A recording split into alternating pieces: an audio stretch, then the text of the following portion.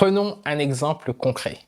Vous avez 1 000 € de budget publicité pour une campagne sur Instagram. Vous devez promouvoir un visuel.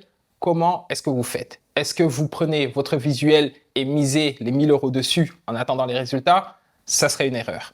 Ce qu'il faut faire, c'est du A/B testing. Et là où la plupart des personnes se trompent, c'est qu'ils prennent ces deux images et me disent « Voici les visuels pour lesquels je fais du A/B testing ». Et là, en général, je me dis, ça, c'est pas du A/B testing. Au mieux, c'est du ABCDEFGH testing, mais c'est pas du A/B testing. Je taquine un peu. Déjà, c'est très bien de tester deux visuels différents. Bien entendu, l'un performera mieux que l'autre, mais dans ce cas de figure, on ne sait pas pour quelle raison un visuel a une meilleure performance que l'autre. Est-ce que c'est grâce au message, grâce à l'image elle-même, au visuel, grâce au bouton qui est plus accrocheur? On ne sait pas. Du coup, voilà pourquoi ça s'appelle A/B testing. Il ne faut pas tester 4 ou 5 éléments à la fois. Et donc, le but du A/B testing, ce n'est pas seulement d'avoir une publicité qui a une meilleure performance qu'une autre, mais c'est réellement de comprendre qu'est-ce qui influence cette performance. Et vous pouvez savoir cela uniquement si vous testez les éléments les uns après les autres. Donc, voyons la bonne approche pour faire du A/B testing. On est une entreprise de leasing et voulons faire une pub pour promouvoir notre entreprise.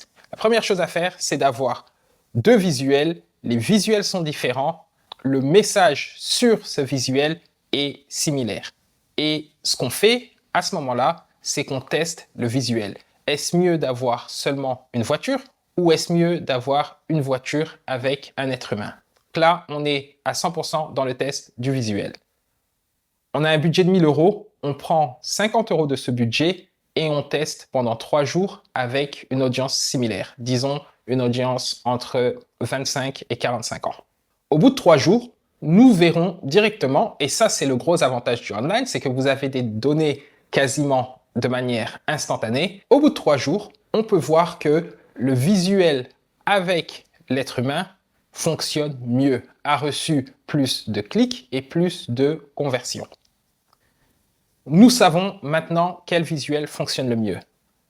Ce qu'on va faire, c'est prendre ce visuel et cette fois-ci changer le message. Donc là, on a le même visuel, deux messages différents. L'un de dit « Passez au leasing et gérez votre trésorerie », bouton « En savoir plus ». Le deuxième dit « Découvrez les avantages du leasing », bouton « En savoir plus ». Lequel de ces messages fonctionne le mieux? Ça ne sert à rien de débattre au sein de votre équipe. Demandez à vos prospects. C'est pour eux que vous le faites. Vous ne faites pas les pubs pour vous-même. On prend encore 50 € de notre budget. On le met pour 3 jours en utilisant la même audience de 25 à 45 ans sur Instagram et on teste. Au bout de 3 jours, on se rend compte que la publicité qui dit « Passez au leasing et gérez votre trésorerie » a reçu plus de conversions. Donc là, nous avons testé le visuel, nous avons testé le message. J'ai le meilleur visuel, j'ai le meilleur message.